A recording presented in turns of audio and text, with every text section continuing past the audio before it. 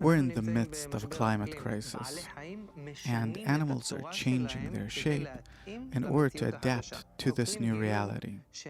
Researchers found that the beak, the ears, and the legs of animals through which their body can process heat are growing because the temperature in general is rising. So, see how smart animals are. Yeah, but it's not that they decided to do it, that they're smart. Nature itself, the general force of nature, is doing it.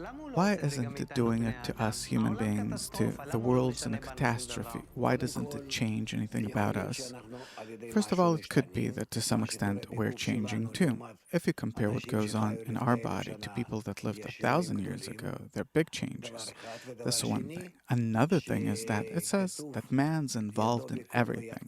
What do you mean? That we're to blame for these negative changes. The climate and in nature and in the world and in the relations between everyone and in general, and therefore everyone will change and will somehow survive better than human beings, and human beings will suffer more than everyone. Do you think that suppose our ears, our brain has to grow? What has to change in order for us to be adapted to a hotter world?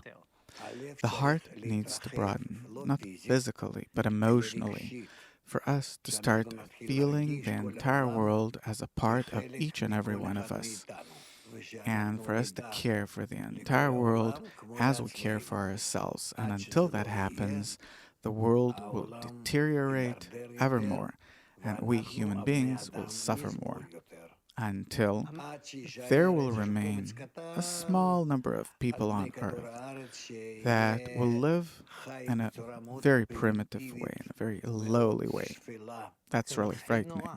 And they will finally decide that we need to make that change, that it's all up to us and only, and we need to start this change.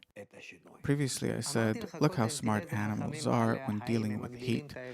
You said, it's not them, it's nature that's smart. So, why doesn't this smart nature broaden our hearts? Because we need to decide and ask for it to happen, because we're human beings. We're not on the still vegetative or animate levels. We need to digest these changes that are occurring and to intentionally want to change. And what kind of change do we need in order to survive in the new world? A broad heart.